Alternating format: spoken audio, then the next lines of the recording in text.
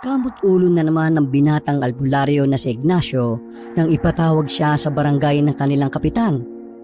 Ang kanyang inampon at tinuring na anak na si Joselito ay nasangkot na naman sa isang away ng mga bata. Mabuti na lang at mahaba ang pasensya ng kanilang kapitan na si Mang Ibueng. Kaya naman pinalabas din kagad sila para makapagpahinga at makapaghapunan na rin. 8:00 na rin kasi ng gabi noong mga sandaling yun. Ulito naman, di ba sinabihan na kitang huwag kang makikipag-away sa mga kalaro mo? Tingnan mo, pinatawag na naman ako ni Kapitan. Huminto ang batang si Julito sa gitna ng daan. Napamewang pa ito na parang kung sino matanda. Tatay, sila naman ang nanguna eh. Nananahimik ako sa tabi. Bigla na lang silang lumapit at sinabihan ako ngalimaw. Bakit ka naman nila sasabihan ng ganon? Baka naman may ginawa ka sa kanila kanina. Kaya kanila nilapitan at nagsalita ng ganon. Wala po akong sinabi sa kanila kanina. Kahapon? Wala rin po. Nung nakaraan? Wala rin po. Nung nakaraang buwan? Tatay, kahapon ko lang naman sila nakilala eh. Basta. Wag na makikipag-away sa kanila kahit na kailan ha. Naintindihan mo ba ako? Opo, tay. Pero kapag may ginawa sila sa akin, sasabihin mo kagad sa akin at ako nang bahalang kumausap sa mga magulang nila. Okay? sige na nga po. Sabi nyo eh. Yan, ganyan. Huwag ka nang pasaway ha. Nagpatuloy na sa paglalakad ang mag-ama. Nadaanan nila ang bukod tanging malaking bahay sa kanilang baryo. Hindi maiwasan na mag-ama na mapatigil ulit. Tuwing mapapagawi sila roon, laging humahanga si Ignacio at Julito sa bahay na yon. Tatay, makakaroon din ba tayo ng ganyan? Gusto ko rin ng bahay na ganyang kalaki.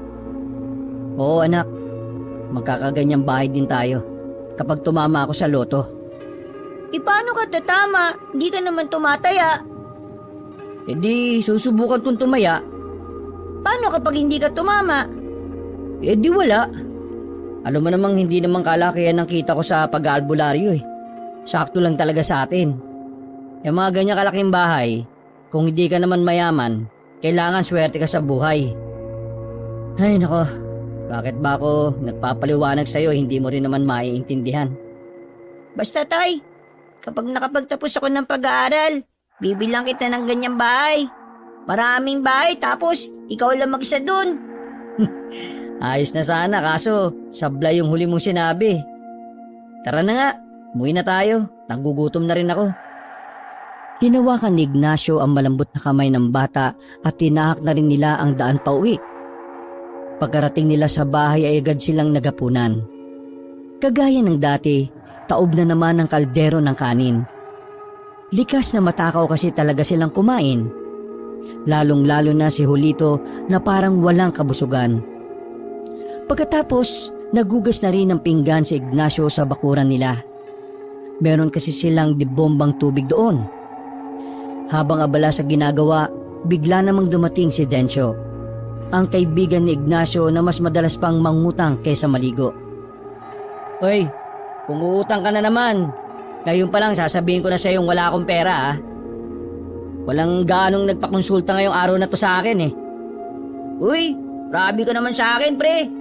Gusto ko lang naman malaman kung ayos ka lang eh. Hoy Dencio, alam ko na yung ganyang style mo. Kaya tigilan mo ako ah. Wag ako, iba na lang. Oo na, mangungutang sana ako eh. Pero kung wala ka naman talagang pera dyan eh, ayos lang.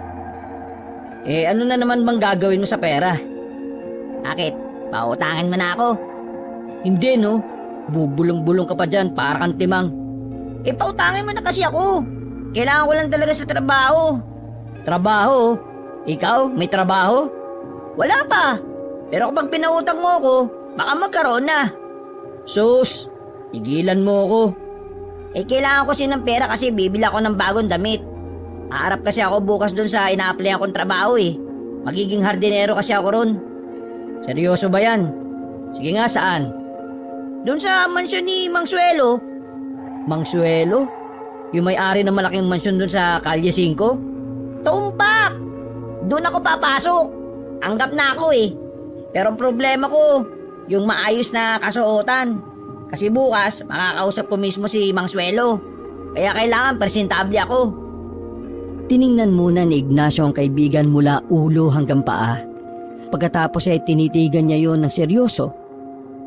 Uy, mga tingin naman to, parang isa akong kriminal na nagpapanggap na mabuting tao. Para kang sinungaling na nagkukunwaring nagsasabi ng totoo eh.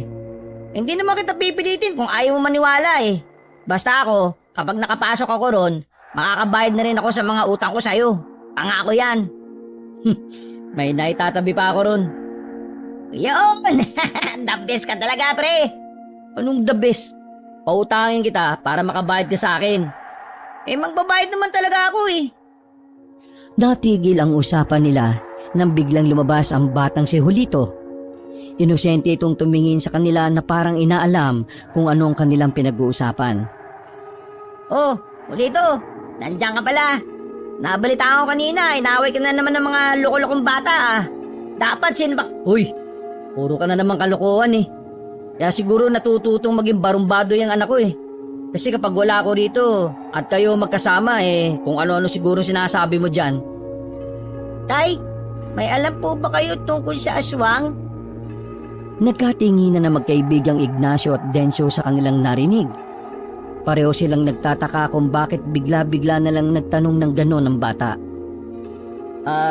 Anak, ano naman ang pumasok sa isip at bakit ka nagtatanong ng ganyan? Pero may alam po kayo sa aswang, di po ba? Oo naman, may alam ako sa aswang, pero hindi naman ganon karami. Alam mo naman na panggagamot lang ang ginagawa ko. Kaya ayun, wala akong ganong kaalaman kung papaano sila haharapin. Ganun po ba? Kasi nanaginip po ko eh. May kalaban daw po akong aswang na matanda. Alam mo, Lito, ang tawag sa ganyang panaginip ay isang senyales. Senyales po? Oo, senyales yan na magiging tagapagligtas ka. Uy, ano nga naman pinagsasabi mo sa bata? Sige na anak, bumalik ka na sa loob at mahabog na rito sa labas. Tumango na lamang ang bata at pumasok na rin sa loob ng bahay. Alam na ba ni Julito na hindi mo naman siya tunay na anak? Hindi pa. Wala pa naman siya sa tamang edad para maintindihan niya yung bagay na yon. Bilib din ako sa iyo, no? Hindi ko alam kung anong lakas ng loob ang ginawa mo para kunin ang batang yan sa gubat na yun eh. Alam mo, kahit sinong tao, makakita ka ng bata sa gubat na umiiyak, maaawa ka talaga. Bumuntong hininga na lamang si Ignacio. Hindi niya rin kasi nakala na 8 taon na rin pala ang nakalipas mula nang ampunin nito si Julito. Ganun na rin katagal niyang sinusubukang malaman kung sino ang mga magulang ng bata. Pero hanggang sa puntong yon ay hindi pa rin niya nalalaman. Basta isa lang ang alam ko. Kadugo ko man siya o hindi, tinuring ko pa rin siyang tunay na anak. Alam mo, sa ganyang ugali mo, pagpapalain ka talaga ni Lord eh. Sus, ginamit mo na naman ng Diyos para mambola. Hintayin mo na lang ako rito, kukunin ko yung pera. Sandaling pumasok ang lalaki sa loob ng kanilang bahay. Pagbalik niya sa kaibigan ay binigay na nito ang pera. Parang timang na sobrang saya ni Dencio nung oras na yon. Sumasayaw-sayaw pa ito at sumisipol-sipol nang umalis. Sira ulo talaga to. Di man lang nagpasalamat ah. Kinabukasan, 6:00 pa lang ng umaga ay nambulabog na si Dencio sa bahay ni Ignacio. Bihis na bihis ang lalaki. Hindi yun umalis sa harap ng salamin para tingnan ang sarili. Maging ang batang si Julito ay napapailing na lang sa ginagawa ni Dencio. Uy, kanina ka pa dyan sa harap ng salamin. Hindi ka ba aalis? Maaga pa eh. 7:00 pa kami makikita ni Mang Suelo. Tito Dencio, ang gwapo niyo po ngayon ah. Yan ang gusto ko sa'yo, Lito. Bale, bibilang kita lang gusto mo sa unang sahod ko. Sus, suhulan mo na naman ang bata.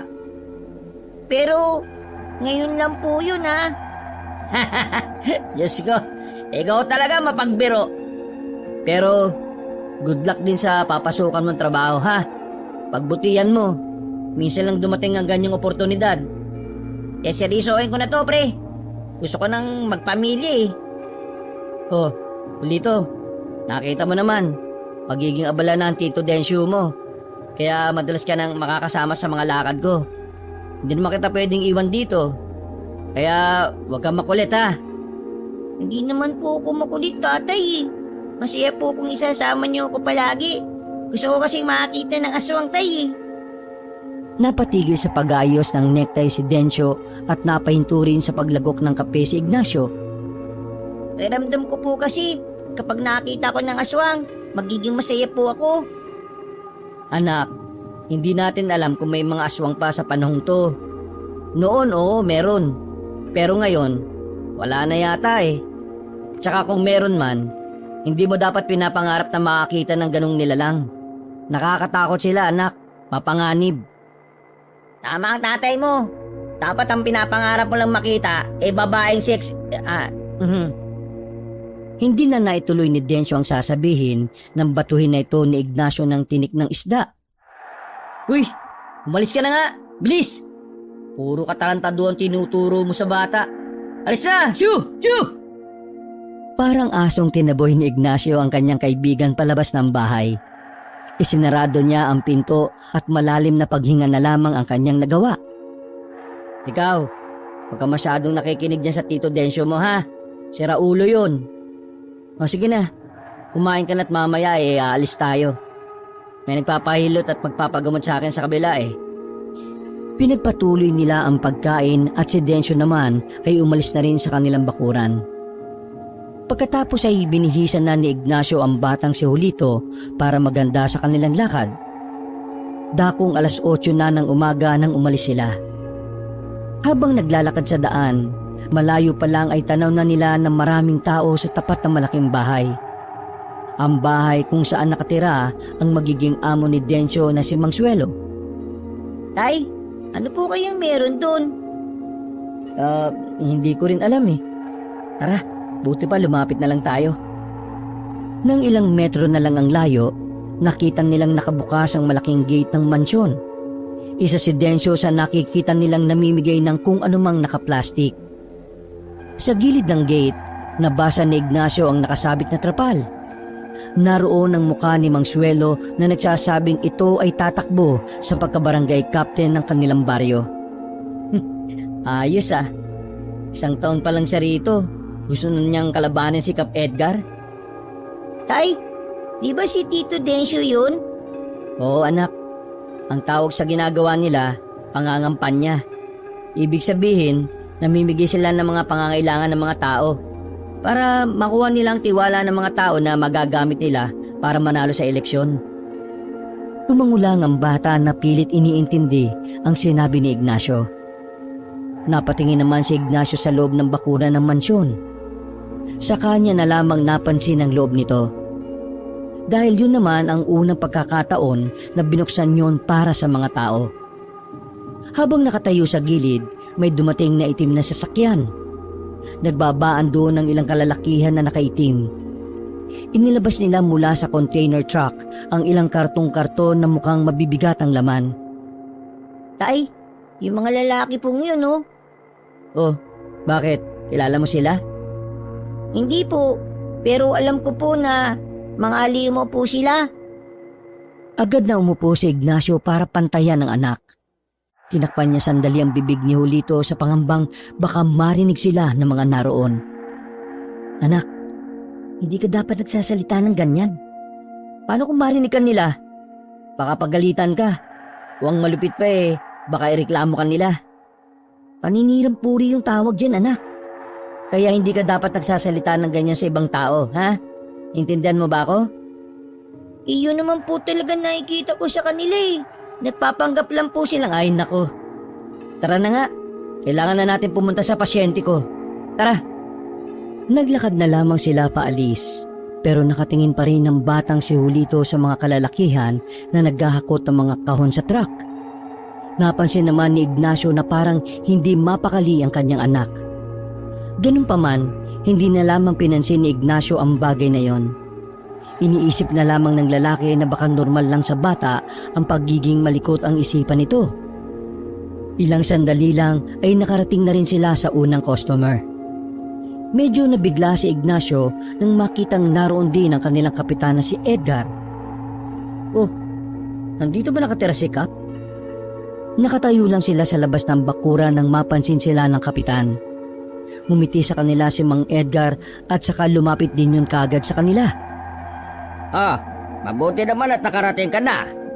Nirekomenda ka sa akin ng kamag-anak ko. Ang sabi raw nila magaling ka raw manggamot. Hindi naman po masyado, Kap. Sakto lang. Napakabapagkumbaba mo talagang tao, no? Ay, teka. Kasama mo pala ang anak mo. Magandang umaga po sa inyo, Kapitan. Magandang umaga rin sa iyo, Bugoy. Mabuti naman at sinamahan mo ang tatay mo. Kailangan po ni tatay ng alalay Bibo rin pala itong anak mo no? Halina kayo, pumasok na kayo sa loob. Pagpasok nila sa loob ng bahay, kaunting lakad lang ay nakarating na rin sila sa isang silid. Naabutan nila ang isang lalaki na nakahiga roon.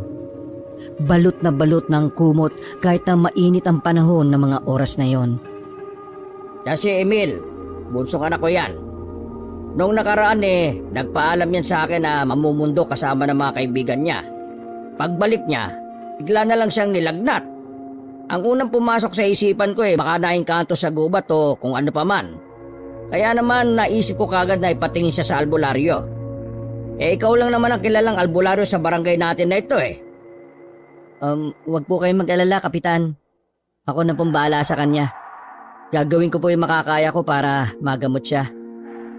Nako, maraming salamat kung ganon. Sa totoo lang wala rin akong oras para asikasuhin itong anak ko Alam mo naman, malapit na ang eleksyon. Tapos sa unang pagkakataon meron na akong makakalaban. Si Mang Suelo po ba yung makakalaban nyo, Kap? Pasensya na po Interesado lang po ako sa eleksyon Ay oo, siya nga. Alam mo, nagtataka nga ako kung sino yan Ang sabi ng mga source ko, dating taga rito raw ang mga kamag-anakan yan. Lumalabas na apo raw yan ng dating isa sa mga mayayaman sa baryo natin. Pero hindi pa rin ako kampante sa taong yan Kaya binabantayan ko talaga yan. Mahirap na. Baka hindi natin alam. Iba palang hangarin niya sa baryong to, hindi ba? Alam mo naman, matagal na ako sa serbisyo. Pero nakita nyo naman kung gaano ko kamahal ang mga tao rito. Huwag po kayong mag-alala, Kap. Nasa inyo po ang boto ko. Kahit ngayon lang tayo nagkausap, nakilala na kita base sa sinabi ng mga tao tungkol sa iyo. Kaya alam kong hindi ka boboto ng taong hindi mo naman kilala. O siya, tama na muna ang politika. Mabuti pa suriin mo na ang anak ko. Kawawa naman O sige po, sisimulan ko na po. Bago simulan ni Ignacio ang panggagamot, nagsagawa na muna siya ng isang ritual. Habang si Kap Edgar at ang bating si Julito naman ay nanunood lang sa gilid. Maraming kandilang itim ang sinindihan ni Ignacio. Naglabas din siya ng maliit na santo na nanggaling pa sa malaking bag na dala nila. Makalipas lang ng halos 20 minutos na pagdarasal, hindi pa na ni Ignacio ang mga kandila. Ignacio, sabihin mo, anong nangyari sa anak ko? Kap, may isang nilalang na humawak o humipo sa kanya. Pero hindi ko matukoy kung anong nilalang Hindi siya engkanto. Palabong multo rin. Hindi rin naman maligno o laman lupa. Inalam ko rin kung kulam. Pero wala akong mabakas Diyos ko naman, ano kaya nangyari sa hinayupak na ito? Puro kasi gala lang ang alam Sige ho, susubukan ko pang alamin kung ano. Aswang! Napatingin silang dalawa sa batang si Julito na kalmadong nakaupo lamang sa gilid. Nagtatakang napaisip si Ignacio kung papaanong aswang ang sinabi ng kanyang anak. Maging ang kapitan din, nagtataka rin na kung bakit sa dinami-rami ng nilalang, aswang pa ang maiisip ng bata. Anak, hindi to laro ha. Seryosong problema to. Yung anak ni Kap ang nahihirapan. Kaya hindi mo dapat... Aswang po ang may gawa niya sa kanya, Kapitan. Paano mo naman nasabing aswang, iho? Tumayo ang bata at lumapit sa binatang nakahiga. Umakyat pa si Julito sa kama para tanggalin ang medyas ng lalaki. Tay, isa ito sa sinyalis na aswang ang gumawa sa kanya ng sakit. Ignacio, totoo ba sinasabi ng anak mo? Hindi ko alam kung saan niya nalaman yan pero Kap, tama po ang sinabi ni Julito. May kakayahan po kasi ang mga aswang na bigyan ng sakit ang isang tao. Mas tumatalab yun kapag ang taong biktima nila mahina talaga ang katawan. Ang pangingitim ng kuko sa paa ang isa sa mga senyales. Julito, anak, sabihin mo nga sa akin, paano mo nalaman ang mga senyales na ganyan? Bigla ko nilang pong naramdaman, Tay. Ignacio, ngayong alam na natin kung anong dumalid dyan sa anak ko. Alam mo rin ba kung paano siya gagamutin? Opo, Kap. May ginamot na ako dati na kagaya ng ganitong kaso. Sige o, sisimulan ko na po. Ang kailangan ko na lang po dahon ng bayabas at dugo po ng manok. Yung sariwa po sana. O sige, ako nang bahala. Magpapautos ako. Wala silang sinayang na pagkakataon. Agad na naghanap ang mga tanod na kasama ni Mang Edgar. Pagbalik ng mga yon ay agad na inasikaso ni Ignacio ang kanyang pasyente. Marami siyang ginawang kung ano-ano na hindi rin naman maintindihan ng kapitan. Pero makalipas lang ng halos 1 oras, unti-unti na ring napapababa ni Ignacio ang init ng katawan ng lalaki. Namangha ang kapitan, pero isang babala ang sinabi rito ni Ignacio. Kap, magiging maayos na po siya. Pero Kap, napapaisip ako Kung aswang ang gumawa nito sa kanya, ibig sabihin lang nito, may aswang din sa baryo natin o sa kalapit na gubat. Huwag niyo na po siyang palalayuin Ngayong naisa na siya ng aswang, pwede pa po itong maulit. Sino ba si Raulong aswang na yan? Bakit sa dami ng tao itong anak ko pa ang natipuhan niya? Napailing na lamang si Kap Edgar ng mga sandaling yon. Maging si Ignacio ay bumuntong hininga na lang din. Maya-maya lang, nagpaalam na rin si Ignacio nang magkaroon na ng malay ang anak ng kapitan. Dahil galante ang kapitan, malaki-laki ang ibinayad nito kay Ignacio. Ignacio, tatawagan kita ulit sa oras na may mangyari sa anak ko, ha? Wala pong problema sa akin. Sige po. Paano? Mauna na ho kami, Kap. Ay, taga sandali. Dahil sa batang ito kaya gumaling ang anak ko Kaya nararapat lang na mabigyan din siya ng parangal. Ulito, eto, tanggapin mo itong 100 piso. Naku, maraming salamat po, Kap.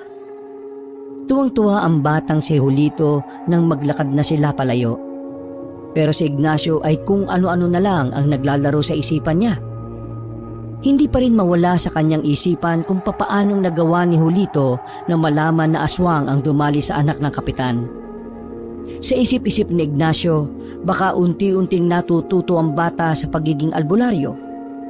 Sa tagal ba naman kasing nakikita ni Julito ang kanyang trabaho, para sa kanya hindi malabong magaya na rin ng bata ang kanyang mga gawain. Pero sa kabilang banda, hindi rin mapigilan ni Ignacio na isipin na baka may kakaiba nga sa bata. Noon pa bang kasi, nakita na niya ng pagiging espesyal si Julito. May mga ginagawa itong hindi dapat ginagawa ng isang normal na bata. Gaya na lamang ng paglubog sa tubig ng sobrang tagal. Tay, malalim po ang iniisip niyo Ayos lang po ba kayo? Ayos lang naman ako, anak. Napagod lang siguro ako. Hindi na po natin pupuntahan yung iba pang mga magpapagamot? Hindi na muna. Bukas na lang. Gusto kong magpahinga na muna Isang mahabang katahimikan sa pagitan ng mag-ama habang sila ay naglalakad. Nang marating na nila ang malaking bahay ng matandang si Suelo, nakita nilang nakabukas pa rin ang malaking gate doon. Mula roon, lumabas ang lalaking si Dencio. Tuwang-tuwa at nagtatatalon pa nang makalapit sa kanila. Uy, para kang timang. Bakit? Ano bang meron? Nakuha ko na yung unang sahod ko. Ha? Sahod agad? Arawan ba kayo? Pre, eto bayad ko sa pinahiram mong pera para sa damit Yung iba kong utang sa'yo, sa susunod na araw na muna Aba, ayos ah. Sana hindi ka matanggal dyan para mabayaran mo na lahat ng utang mo sa akin. Oo naman oh. Pero alam mo, ang weirdo lang ng mga tao sa loob eh. Nagtataka nga kami ng mga kasama ko. Kasi yung mga tauhan ni Mang Suelo, parang hindi marunong ngumiti. Laging seryoso ang mga loko eh. Pinaglihis siguro sa sama ng loob ang mga yun. Eh, bakit mo naman sila gustong umiti kung wala naman nakakatuwa sa mukha mo? O sige na, diyan ka na. Magluluto pa ako ng hapunan namin eh.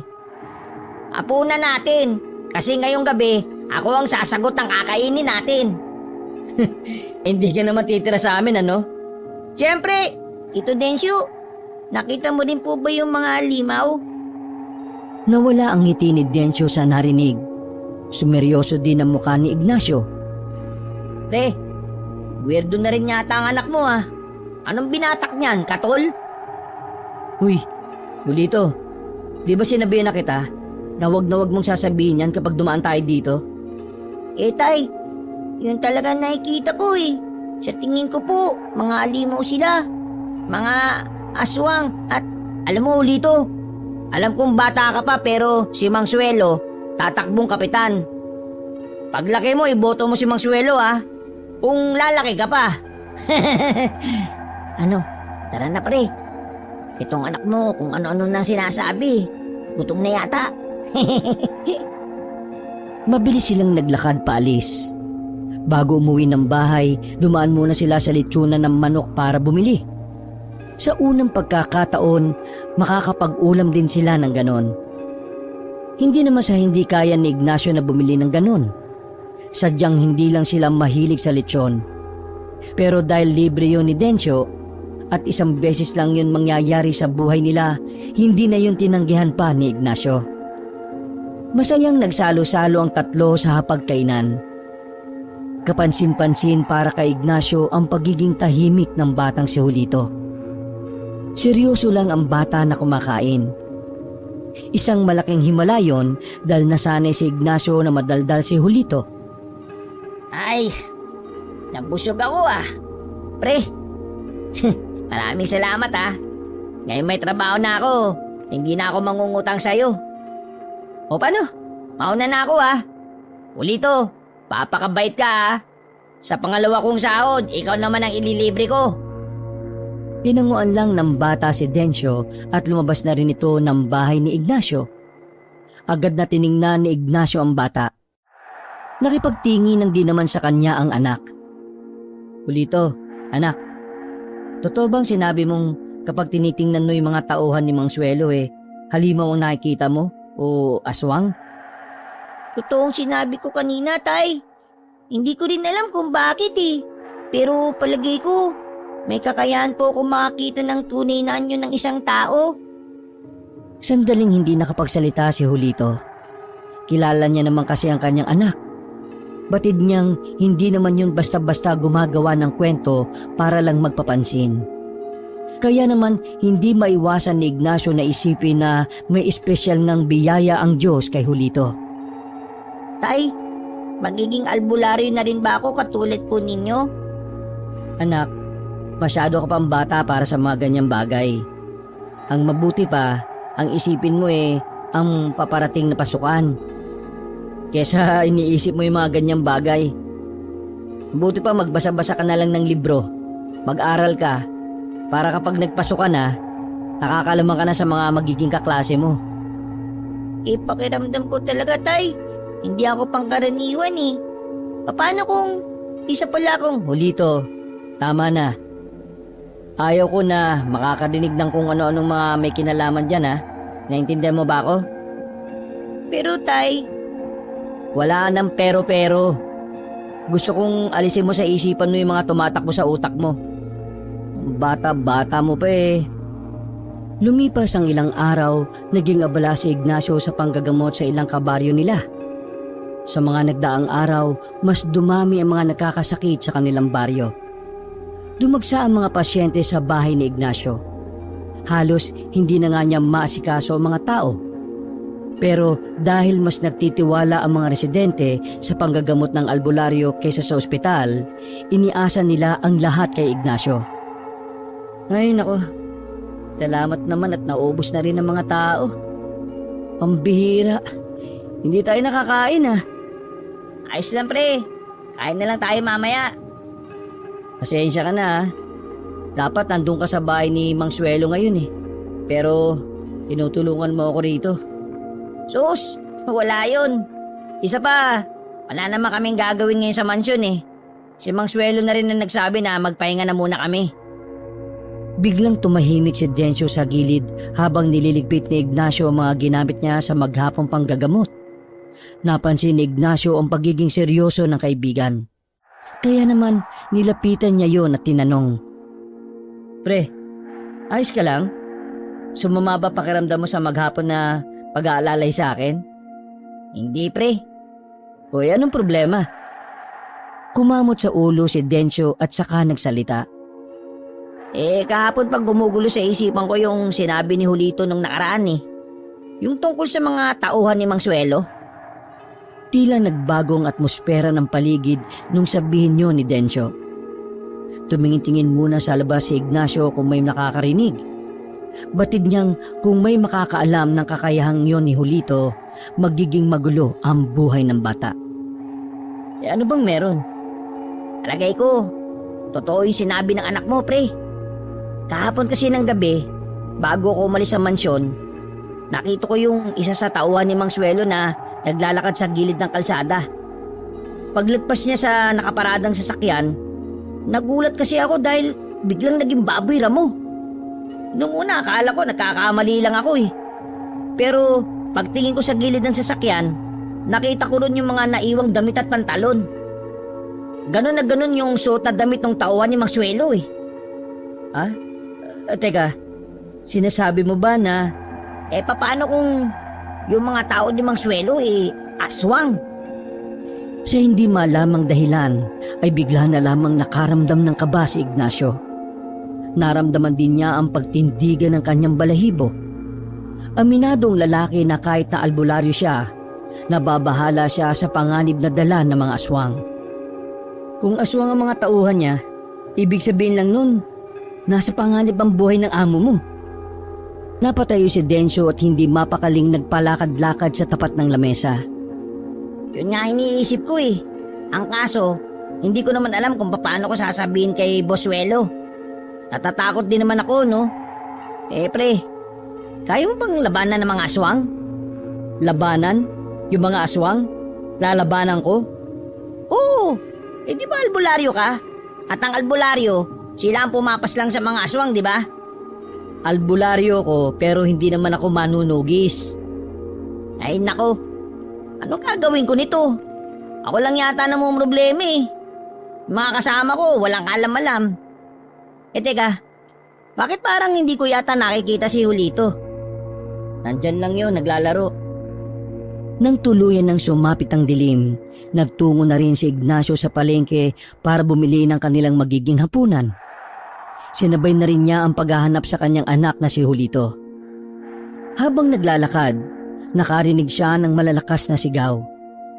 Palagay niya ay nanggaling yon sa isang kalye na kung saan ay wala nang gaanong dumadaan na tao sa ganoong oras.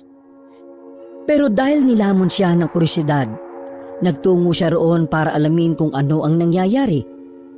Naabutan niya ang mag-asawa na nakaupo na sa lapag. Takot na takot habang nakatingin sa dalawa pang lalaki na nakadapa. "Oh, anong nangyari sa inyo? Ayos lang ba kayo?" Napatingin si Ignacio sa tiyan ng babae. Napansin niya na buntis pala ito at parang nasa 6 na buwan na ang dinadala nito. Dalawang lalaking yan, aswang! Ha? Aswang? Lumapit si Ignacio. Napansin niya na umaagos na ang dugo mula sa katawan ng dalawang nakabulagta. Nang itihaya ni Ignacio ang isa, doon na niya nakumpirma na talagang hindi tao ang mga yon. Kakaiba ang itsura. Kahit sino makakakita, ang unang papasok sa isip ay aswang ang dalawa. Pero ang naglalaro sa isipan ni Ignacio sa mga pagkakataong yon ay kung papaanong tinalo na mag-asawa ang dalawang aswang. Sabihin niyo nga sa akin, kayo ba ang pumaslang sa dalawang ito? Umiling-iling ang babae habang nanginginig pa ang kamay sa sobrang takot. Kami, malabong mapas lang namin ang dalawang yan. May isang maliit na nilalang kanina na dumating eh. Itim na itim ang katawan niya. Halos kasing kulay na ng ilalim ng kaldero. Tapos, meron siyang medyo mahabang buhok na kulay puti. Ang bilis niya. Tapos, inatake niya ang dalawang yan bago pa makalapit sa amin.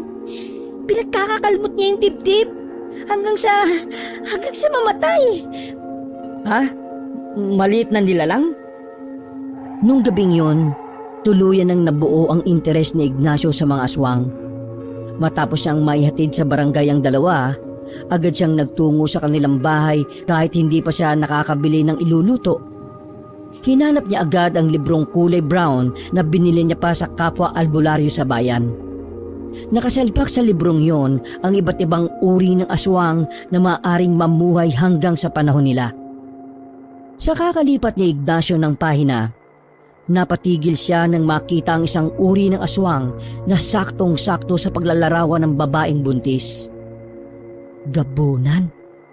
Gabunan ang umatake sa dalawang aswang na lalaki. Pero paano? Bakit niya aatakihin ang kapwa niya aswang? Napasandal na lamang si Ignacio sa dingding. Mga ilang sandali lang, nakita na niyang dumating ang kanyak na si Julito. Napatayo siya nang makitang may dugo ang kamay nito. Maging ang bata rin ay nagulat sa kanyang reaksyon. Mabilis na ipinasok ni Ignacio si Julito sa bahay nila at isinara ang pinto. Anak, may nakakita ba sa'yo? Natatarantang pinunasan ni Ignacio ng basahan ng kamay ni Julito. Umiiling-iling naman ito bilang tugon sa tanong ng ama. Diyos ko naman, ano ba nangyari? Bakit kami dugo ng ganyan, anak? Sabihin mo nga sa akin ng totoo. Tay, nakita ko mga aswang eh. Tatlo sila. Tama, tatlo. Inatake nila yung mag-asawa po. Buntis po yung babae, tay. Nasaksihan mo yung mga nangyari? Bakit kami dugo? Nasugatan ka ba? Sinaktan ka ba ng mga aswang? Parang tuliro na umiiling-iling ang bata. Ay, inatake ko yung mga aswang. Naawa ko sa mag-asawa eh. Tinulungan ko sila. Ha? Ano ba pinagsasabi mo? Ano naman magagawa mo sa mga... Tay, nagbago ko ng anyo kanina nang di ko po namamalayan. Tapos, ang bilis ko po. Tinalo ko po yung dalawang aswang. Yung isa, tama, oo. Nakatakas po yung isa. Nakatakas yung isa, tay. Ulito naman, hindi kita maintindihan eh. Ano na naman bang kwento? Ha? Napatingin si Ignacio sa paanan ng batang si Julito. Nakita niya na mula tuhod ay kulay itim ang balat nito. Dahan-dahan itong nawawala at bumabalik sa normal na balat ng bata. Umupo si Ignacio at hinawakan sa magkabilang balikat ang anak. Napagtanto na niya kung ano ang tinutukoy ni Julito. Noong mga sandaling yon ay hindi makapaniwala si Ignacio. Kahit ayaw niyang maniwala, sinasampal siya ng katotohanan. Tay, anong klaseng tao po ba talaga ako? Hindi naman po ako masama, tay, di ba? Kasi niligtas ko po yung dalawang tao eh. Bigla na lamang niyakap ni Ignacio si Julito. Wala siyang pakialam kahit na nakumpirma na niyang si Julito ang batang gabunan na tumalo sa dalawang aswang. Anak, walang makakaalam kung ano ka ha. Tayong dalawa lang dapat. Naintindihan mo? Opo, tay. Julito, hindi ka masama. Kung gagamitin mo sa kabutihan ng pagiging kakaiba mo, hindi ka magiging masama. Lagi mo lang tatandaan na mabuti ka at pinalaki kitang maayos at may takot sa Diyos. Naintindihan mo ba, anak? Opo, tay. Takot at pangamba ang naramdaman ni Ignacio sa mga pagkakataong yon. Natatakot siya para sa kaligtasan ng kanyang tinuturing na anak. Kahit na alam niyang hindi naman masamang asawa si Julito, naroon pa rin ang banta ng panganib mula sa mga tao at aswang. Kapag nalaman ng taong bayan kung ano si Julito, magiging mainit ito sa mata ng lahat. Delikado na rin ang buhay ni Julito sa mga aswang sakaling may iba pang nagtatago. Tiyak na makakarating sa mga yon ang ginawang pagpaslang ni Julito sa dalawa. Mula nang malaman ni Ignacio na isang gabunan ng kanyang anak, pinag-aralan niya ang tungkol sa gabunan. Pansamantala siyang hindi na muna tumanggap ng mga magpapagamot para lang maituon ng atensyon sa inaaral. Sa loob ng 1 linggo, nalaman ni Ignacio na mga gabunan pala ay malalakas na uri ng aswang. At ayon sa mga albularyong veterano na napagtanungan niya, gabunan lang din ang makakatalo sa kapwa ganon. O kung hindi naman, kaya rin itong talunin ang hari ng mga aswang. Gabi na yon, bagsak ang balikat ni Dencio nang dumating sa bahay ni Ignacio. Malungkot ang mukha nito na parang pinagsakluban ng langit at lupa. Walang ganang umupo si Dencio sa gilid at bumuga ng hangin. Tinamaan si Julito ng mga tumalsik na laway. Oh, bakit? May problema ba? Pinalis na kami mga hardinero sa mansyon. Ewan ko ba kung anong pumasok sa kokote ni Bosuelo. Siguro, kontrolado na siya ng mga tao niya. Julito, anak, sa bakuran ka muna ha. Pag-uusap lang kami ni Tito Dencio mo. Sumunod naman agad ang bata. Nang masigurong hindi na sila maririnig ni Julito, ay saka pinatulan ni Ignacio ang sinasabi ni Dencio. Tingin mo kinokontrol ng mga aswang si Mang Suelo? Para kapag nanalo siya bilang kapitan maangkin ng mga aswang itong baryo? Yan nga din ang iniisip ko, pre. Ang kaso, wala naman akong solidong ebidensya maliban dun sa nakita kong baboy ramo. Kung pwede nga lang mag-imbestiga ako kaso, paano ko naman gagawin? Ay nako, naawa lang ako kay Bosuelo. Palagay ko talaga, wala na siya sa katinuan Bigla-bigla na lang kaming pinalis. Magsasalita pa sana si Ignacio nang biglang natatarantang pumasok si Julito. Ay, tatay! Tito, yung mga tao sa labas, nakakagulo! Mabilis na tumakbo ang dalawa papunta sa bakuran. Mula roon, nakita nila ang kalugar nila na nagtatakbuhan papunta sa iisang direksyon. Oh, anong nangyayari? Ay nako, yung mga kapartido ni Kapitan, dinali! Nagkatinginan si Ignacio at Dencio sa mga oras na yon. Anak, dito ka lang sa bahay Kahit na anong mangyari, huwag kang lalabas ng bahay, naintindihan mo ba ako? Umuulang ang bata sa kanya. Walang ano-ano, lumabas na rin ang magkaibigan. Nagmamadaling pinuntahan nila ang pinangyarihan ng gulo. Pagdating nila sa kumpulan ng mga tao, nakita nila sa isang bakuran ng kagawad nila. Nakabulagta na ang lahat ng kagawad na kapartido ni Cap Edgar. Ang mga yun ay nakabukas sa mga tiyan o dibdib. Nagkalat sa sahig ang mga natirang laman loob nito. Ang sabi ni Kumaring Sara, mga aswang daw ang umatake kinakagawad. Naku, si Kapitan! Nakita ko kanina si Kapitan sa barangay, kasama ng dalawa niyang alalay Kailangan natin puntahan si Kapitan. Nagmamadaling tumakbo ang magkaibigan patungo sa barangay.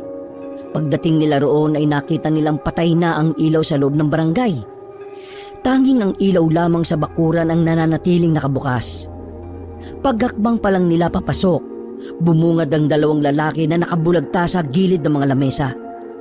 Unang tingin pa lang, alam na nilang patay na ang mga yon. Dahil sa kaba, dinampot ng magkaibigan na nakasandal na 2x2 sa gilid. Kapitan Edgar!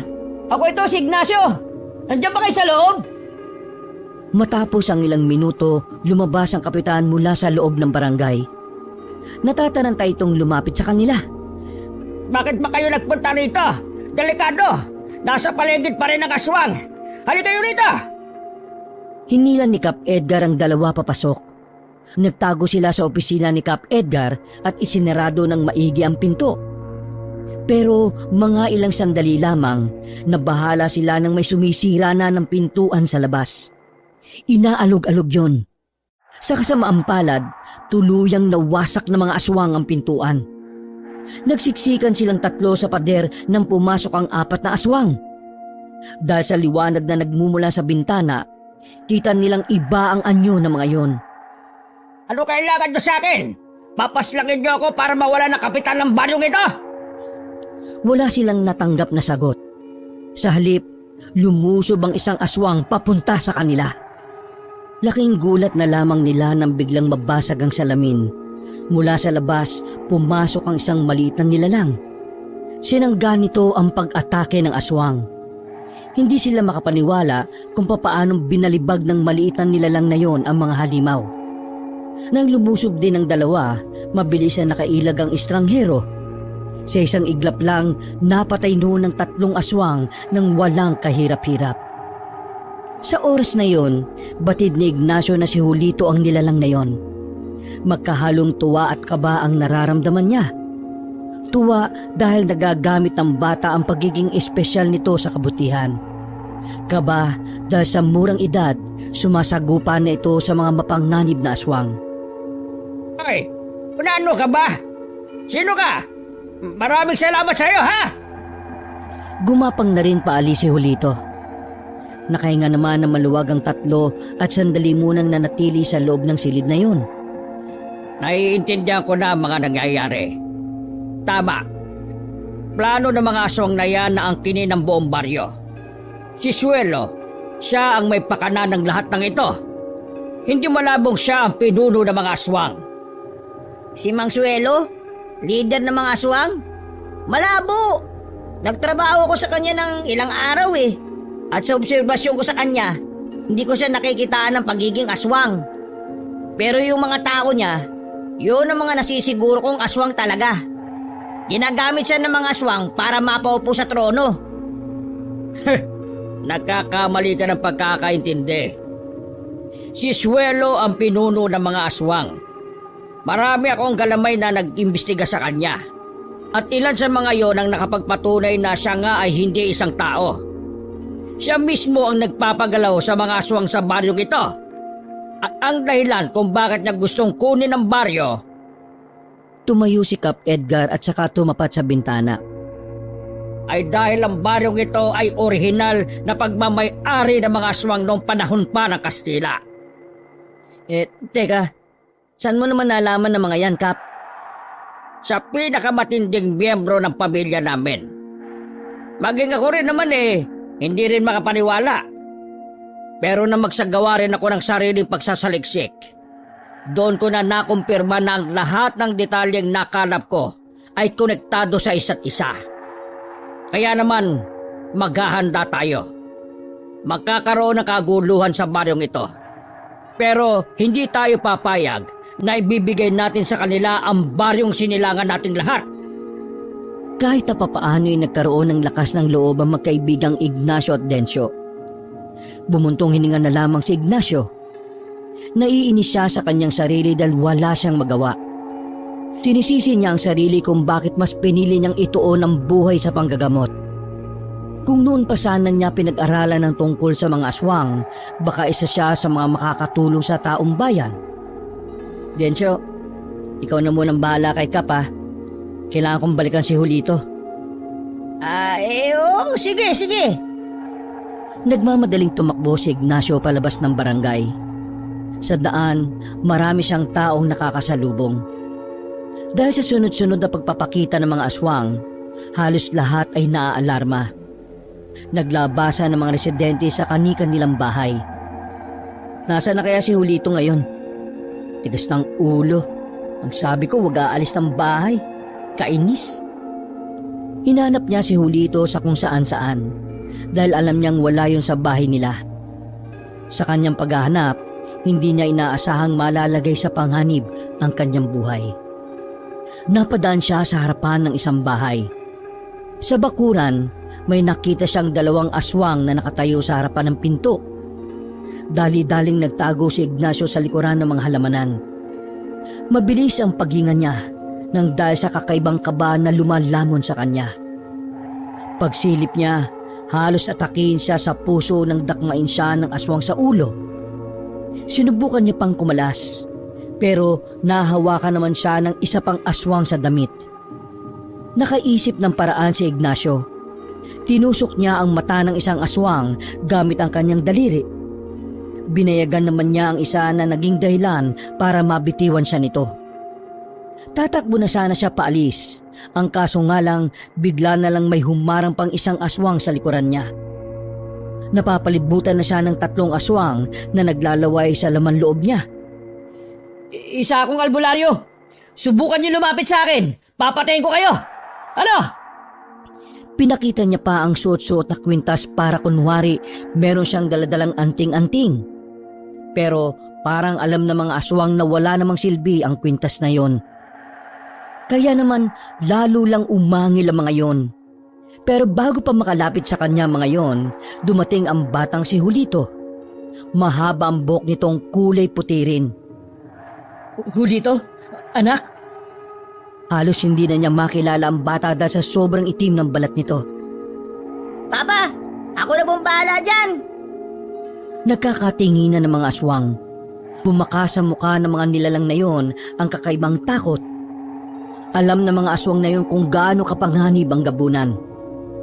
Tatakas pa sana ng 3 aswang pero walang awang pinaslang yun ni Julito. Gamit ang mahabang kuko, pinagkakakalmot niya ang mga yon. Pinagbababali niya rin ang leeg para siguradong wala nang mabubuhay sa mga yon. Hindi tumagal ng 1 minuto, nakabagsak na ang 3 aswang. Anak, paano mo? Tay, nalaman ko sa aswang na nakalaban ko kanina. Isa raw akong gabunan. At ang gabunan daw po ay malakas.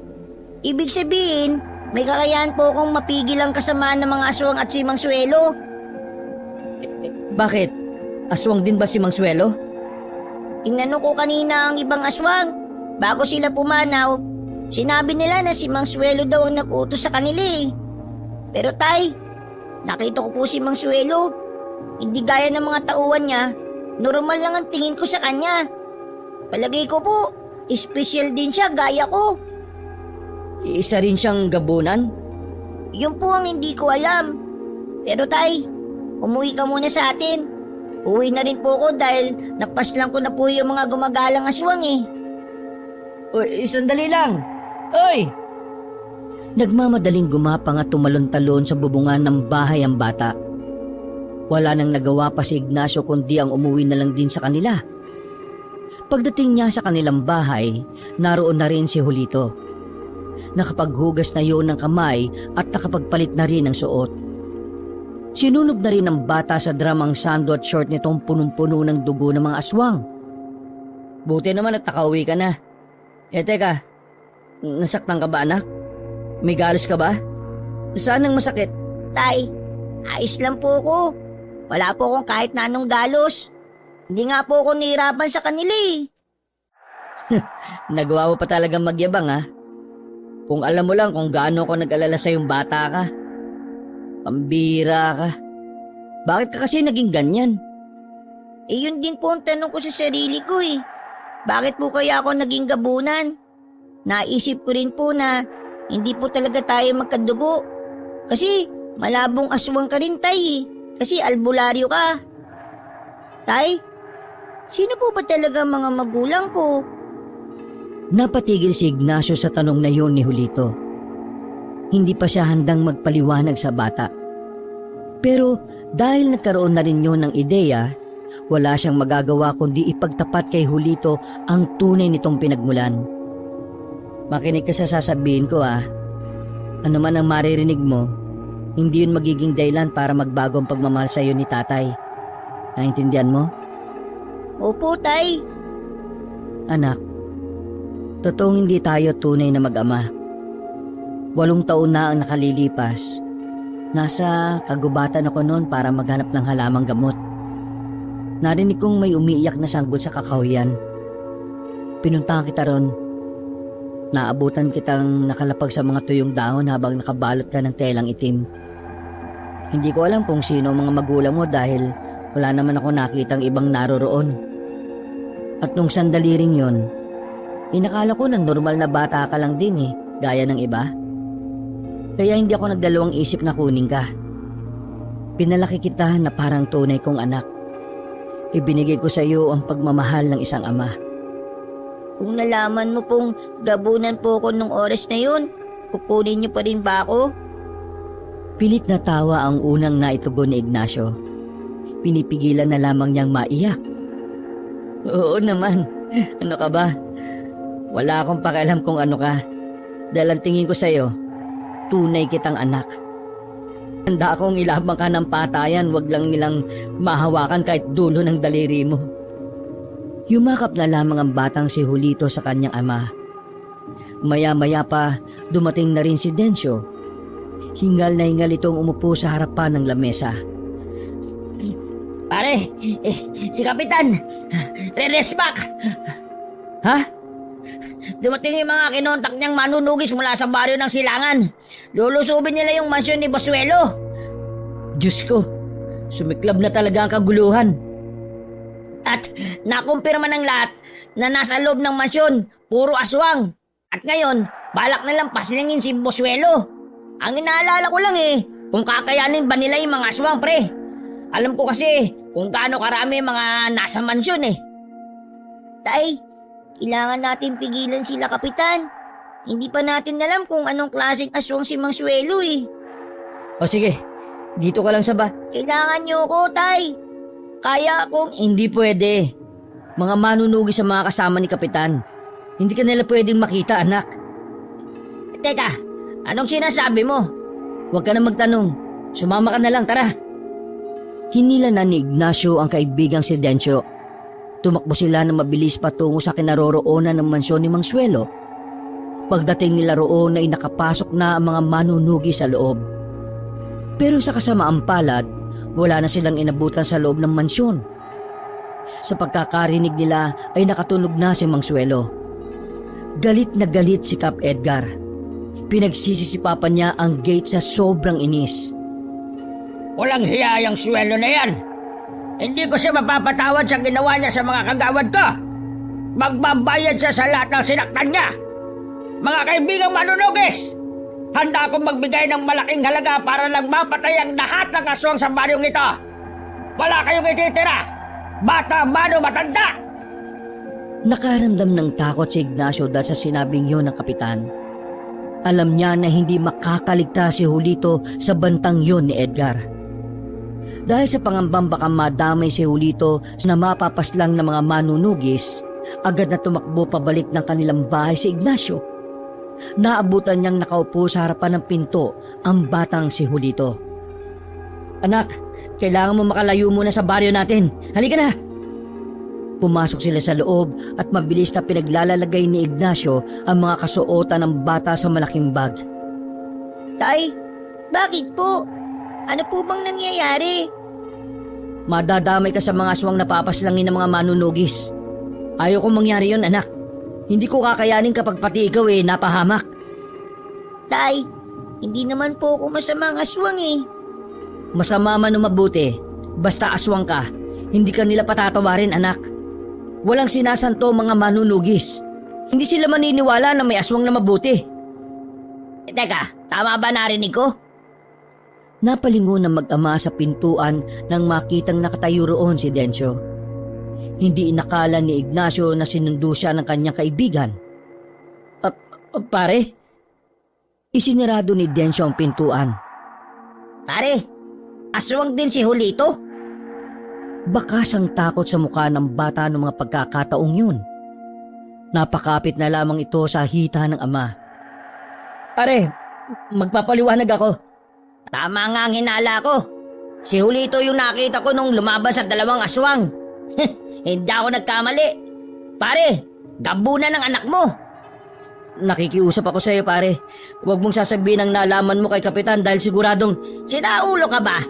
Bakit ko naman sasabihin parang ama na rin ako ng batang yan. Wala akong pakialam kung aswang si Julito. Alam ko na maayos ang pagpapalaki mo sa kanya kaya kampante akong hindi siya gaya ng ibang aswang na masama. Isa pa, marami ang niligtas ang batang yan, pare. Kaya huwag ka mag-alala, Julito. Hindi nagbago ang tingin ng Tito Dencio mo sa'yo. Talaga po? Diyos ko, kahit kailan wala kang tiwala sa akin, ano? Oo naman, mahal ka pa rin ng Tito. Salamat, pare, Akala ko ilalaglag mo kami. Aliw ka ba? Mahal ko rin si Julito, no? Kaya poprotektahan ko rin siya sa planong pagmamasaker nila Kapitan sa mga aswang. Yun nga ang problema ko, pre. hindi pwede magtagal dito si Julito. Baka hindi magtagal malaman nila ang tungkol sa kanya. Meron akong alam na lugar na pwede natin pag-iwanan kay Julito. Hindi na nagsayang ng pagkakataon ng magkaibigan. Nang makuha na nila ang mga gamit ni Julito, sa kailaliman ng gabi ay lumabas na sila ng bahay. Hindi na nila inisip ang banta ng panganib na dulot ng mga aswang. Mas inisip na nila ang posibilidad na maghihinala sa kanila ang mga gumagalang manunugis. Matagumpay na nakarating ang tatlo sa lugar kung saan pansamantalang iiwan nila ang batang si Julito.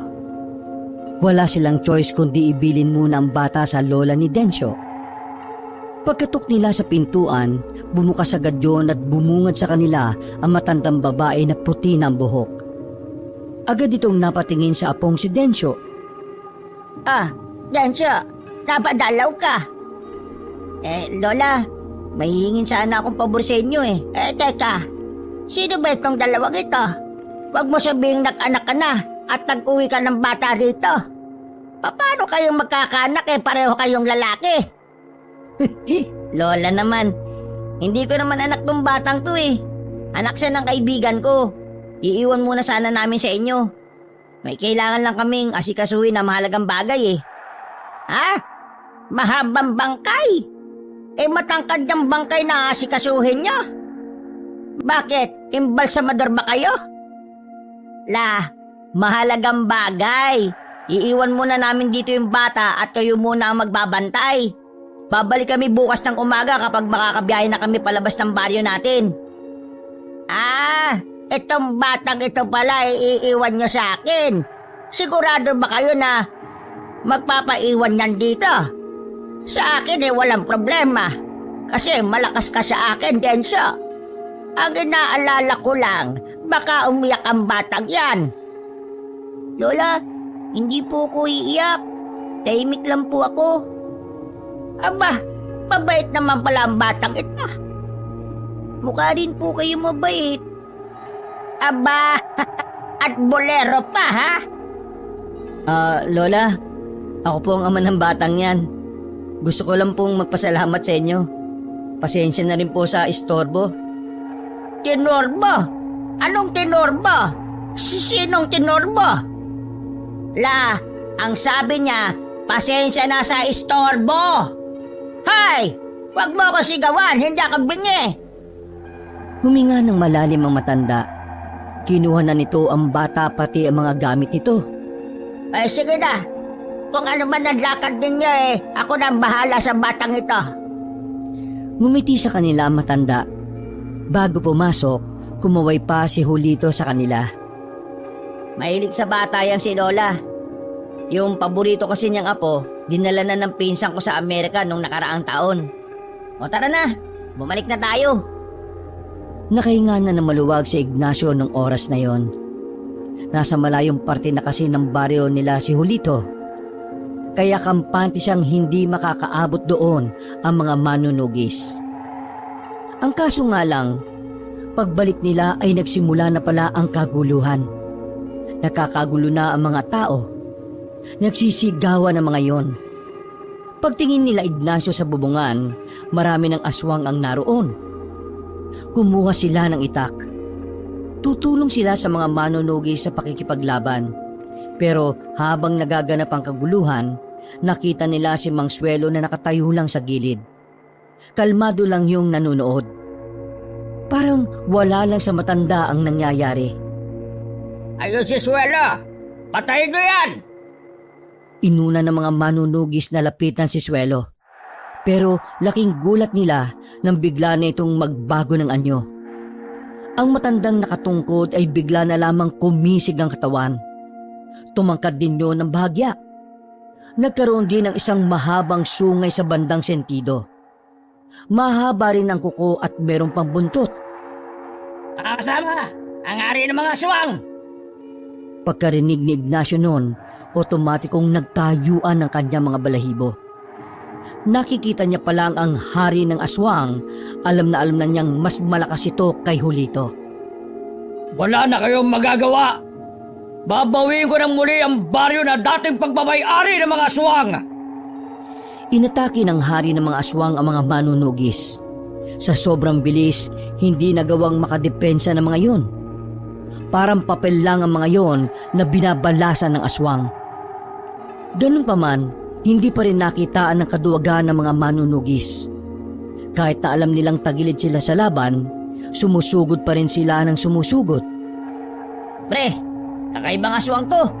Walang magawa yung mga manunugis. Si Kapitan! Iligtas natin si Kapitan! Nagmamadaling tumakbo si Ignacio palapit kay Kapitan. Kap! Tumakas na po kayo! Mamamatay kayo! Hindi po natin siya kaya! Hindi! Hindi ko iwanan ang baryong ito! Hindi ko hahayaan na mapunta ang baryong ito sa kasamaan! Umabante ang Kapitan habang hawak-hawak ang itak na kinakalawang na rin. Matapang nitong hinamon ng hari ng mga aswang na si Suelo. Iska! Kapitan! Mabilis na gumapang si Suelo patungo sa kinaroroonan nilang dalawa. Nasa aktong dadakmain na ng aswang si Kapitan Edgar nang itulak yun ni Ignacio. Siya ang nahawakan ni Suelo sa balikat. Sa haba ng kuko nito, bumaon yon sa balikat ni Ignacio na nagdulot ng hiwa doon. Matapang na mo'y nasiwas ni Ignacio ang itak. Nabitiwan siya ng aswang nang tamaan niya yon sa braso. Pero walang nangyari. Parang hindi man lang yun nasaktan. Sa halip, mas lalo lang yun nagalit. Aataki na sana siya ni Suelo pero biglang dumating ang batang si Julito. Nakaanyong gabunan na ang bata kaya madaling nalaman ng mga manunugis na gabunan nito. Nagulat na lamang sila na makitang inatake ng batang gabunan ang hari ng mga aswang. Kinalmot ni Julito si Suelo sa muka. Sumirit ang dugo nito. Dahil sa ginawa ni Julito, napaatras si Suelo. Isang batang gabunan! Ang lakas naman ng loob mong humarap sa hari ng mga aswang! Wala akong pakialam kahit sino ka pa. Basta hindi ako papayag na saktan mo ang mga tao sa baryo na kinamulatan kong tahanan. Nagtaka si Kap Edgar noong mga oras na yon. Nakilala niya kasi ang boses ng bata. Napatingin siya kay Ignacio. Sa tingin na yon, kinumpirma ng lalaki na yun nga ay si Julito. Kung ganon, tingnan natin ang bangis ng isang batang gabunan! Sobrang kaba ang nararamdaman ni Ignacio. Gusto niyang magalit sa bata pero hindi niya magawa. Marami ang mga makakaalam kung sino ang batang gabunan na yun. Kainis! Napakasaway talaga! Sabi nang wag nang babalik eh! Pagtingin ni Ignacio, unang umatake si Julito kay Suelo. Kitang-kita nila na kahit papaano may laban ang bata sa hari ng mga aswang. Pero nababahala pa rin si Ignacio. Masyado pa kasing bata si Julito. Kung ikukumpara, mas marami ng karanasan si Suelo. Makulit ka talagang bata ka ha! Nanlaki ang mga mata ni Ignacio nang makitang nadakman ni Suelo si Julito. Hinagis nito ang batang gabunan sa puno pero buti na lang nakakapit si Julito. Humahanga si Ignacio sa pinapakita ng kanyang anak. Para bang sanay na ang bata sa pakikipaglaban. Mas matanda ka lang sa akin, pero mas malakas pa rin ang gabunan kaysa sa'yo. Tumalon si Julito sa likuran ng haring aswang. Nagawa itong sugatan ng bata na naging dahilan para mapaluhod ang isang tuhod nito. Inuubos mo talaga ang pasensya ko! Biglang nagwala ang haring aswang. Galit na galit ito. Pilit nitong hinuhuli si Julito. Pero dahil sa kakaibang bilis ng bata, mas lalong nagalit si Suelo dahilan para mas lalong lumakas si Suelo. Humiyaw yun ng malakas. Napatakip na lamang sila ng tenga sa sobrang ingay. Pagtingin muli ni Ignacio, nakita niyang hawak-hawak na ni Suelo ang batang si Julito. Masyado ka yatang natutuwa sa pagiging gabunan mo! Nakakalimutan mo na yata ang hari ako ng aswang! Tuldok ka lang sa paningin ko! Hinampalos ni Suelo ang batang si Julito sa puno. Sa puntong yon, hindi na napigilan ni Ignacio ang kanyang sarili. Julito! Ano tinatangat-tangat niya? Tulungan niyo ang batang gabunan! Hindi kumilos sa mga manunugis na naroon. Kahit na binubugbog na ni Suelo si Julito, tila walang balak na makialam ang mga manunugis. Magambigin ba kayo? Tulungan niyo ang batang gabunan! Hindi natin siya kalaban! Wala tayong aasahan sa kanila. Ang pananaw nila, lahat ng aswang ay kalaban nila. Ay nako, mga inutil! Kung hindi tayo kikilos, ako ang kikilos! Inagaw ni Ignacio ang hawak na sibat ng isang manunugis. Pinukol niya yon sa kinaroroonan ni Suelo. Tinamaan ng haring aswang sa hita. Dahilan para mapunta kay Ignacio ang atensyon nito. Dinampot ni Ignacio ang mahabang itak sa sahig at buong tapang itong tumakbo palapit kay Suelo. Tantanan mo ang anak ko! Ako ang harapin mo! Ignacio! Wala nang naririnig si Ignacio sa mga pagkakataong yon. Ang tanging naririnig niya lang ay ang sigaw ng kanyang kalooban na iligtas si Julito. Nang makalapit si Ignacio kay Suelo, walang takot ng tinaga ang aswang na yon. Tinamaan si Suelo sa kamay, pero sinalaglang nito ang ginawa ng lalaki. Ang kapal naman ng mukha mong idampi ang walang kwenta mong armas sa balat ko! Inawi ng haring aswang ang hawak-hawak ni Ignacio na itak. Napatras si Ignacio habang lumalapit sa kanya yon. Pero wala siyang pakialam. Ang mahalaga sa kanya ay tinigilan nito si Julito. Yan, ganyan nga. Ako ang harapin mo. Bigla siyang sinakal ni Suelo. Iniangat siya sa ere. Malapit na siyang malagutan ng hininga nang biglang makarecover ang batang si Julito. Sumampa si Julito sa balikat ni Suelo. Buong puwersa nitong pinilupot ang maliit na braso sa liig ng haring aswang. Dahil doon, nabitiwan na nito si Ignacio. Lintik ang bata ka! Hindi kita hayaang magtagumpay! Umalis ka dito! Mas lalong diniinan ni Julito ang pagkakapulupot ng braso nito sa liig ni Suelo. Nang makitang nahihirapan na, ay huminga si Suelo ay saka lamang umalis si Julito doon. Pumunta ito sa harapan. Laking gulat nilang lahat nang itarak ni Julito ang matutulis nitong kuko sa dibdib ng hari ng mga aswang. Agad na sumuka ng dugo si Suelo. Tuluyan na itong bumagsak sa lapag nang dukutin ni Julito ang puso nito. Isang mahabang katahimikan ng namayani matapos ang eksenang yon. Maya-maya, unti-unti na rin bumalik sa dati ang anyo ni Julito. Nang hina ito at saka bumagsak, dali-dali namang nilapitan ni Ignacio ang bata at saka binuhat. Anak! Anak! Gumising ka! Tay, pagod na po ko. Lumapit din sa kanila si Kap Edgar at Dencio. Habang ganun na lamang ang kanilang pagtataka nang palibutan sila ng mga manunugis. Lahat ng tingin ng mga yon ay nasa batang gabunan. Anong ibig sabihin nito? Ha? Mga siraulo ba talaga kayo? Nagbayad na ako ng maayos sa inyo tapos ganito ang gagawin nyo. Gabunan ng batang yan. Isa siyang malakas na uri ng aswang na maaring maging banta sa buhay ng nakararami. Kaya, ibigay yun na sa amin ng batang yan. Tanga ka ba? Hindi mo ba nakita kung ano ang ginawa ng batang yan para sa banong ito? Mas may silbi pa nga ang batang yan kaysa sa inyo eh. Ano ba mas mahalaga sa inyo? Ang pananaw nyo sa mga aswang o ang katotohanan kaya maging mabuti ng isang aswang na gaya ng ginawa ng anak ko? Hindi ba sa mga aswang ang anak ko? Ako ang nagpalaki sa kanya, kaya kilalang kilala ko siya higit sa lahat. Kaya kung papatayin nyo siya dahil lang iisa ang tingin nyo sa mga aswang, para na rin kayong pumatay ng isang inosenteng bata.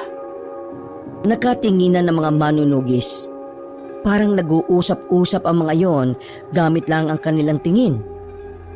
Gawin nyo kung anong gusto nyo, pero hindi ko bibitiwan ang anak ko. Mga ilang sandali lang ay unti-unti na ring ibinaba ng mga manunugis ang kanilang mga armas. Nakahinga na rin ng maluwag si Ignacio noong mga oras na yon. Itinurin pala kayo eh. Sige na, kolektahin ang bangkay ng mga aswang at sunugin. Tagumpay na naubos nilang lahat ang mga aswang. Pero ang pinaka nakapagpasaya kay Ignacio ng mga sandaling yon ay ligtas ang batang si Julito. Bukod pa ron, natanggap din ng mga tao ang pagiging gabunan ng bata. Ganun pa man, batid ni Ignacio na hindi habang buhay ay pwedeng mamuhay si Julito kasama ng mga normal na tao. Kaya sa tulong ng kapitan na si Edgar, lumipat sila ng tirahan na malayo sa mga tao. Mula noon, namuhay na ng simple ang mag-ama. Paminsan-minsan ay pumapasyal naman sila sa baryo at pumunta na rin naman sa kanila si Dencio at Kap Edgar para dumalaw. Tay, hindi ba talaga galit sa akin ng mga tao sa baryo kasi aswang ako? Hinawakan ni Ignacio sa kamay ang bata. Hindi anak, sa katunayan bayani ang tingin nila sa iyo Talaga po? Oo anak, kaya dapat maging masaya ka ha. Kasi hinahanap ka na ng lahat. Huwag kayong mag-alala, Tay. Palagi ko pong tatandaan ang sinabi niyo sa akin. Magiging mabuti ako kahit na naiiba ako sa lahat. Niyakap na lamang ni Ignacio si Julito. Pagkatapos ay sabay na rin silang naglakad patungo sa baryo nang dalawin si Dencio. Malayo man ang kanilang pamumuhay sa mga tao, naging kontento na rin ang mag-ama para na rin sa ikatatahimik ng lahat. Ang mahalaga na lamang kay Ignacio, kasama niya ang anak sa kahit na ano pang kapalaran ang naghihintay sa kanilang dalawa. Wakas.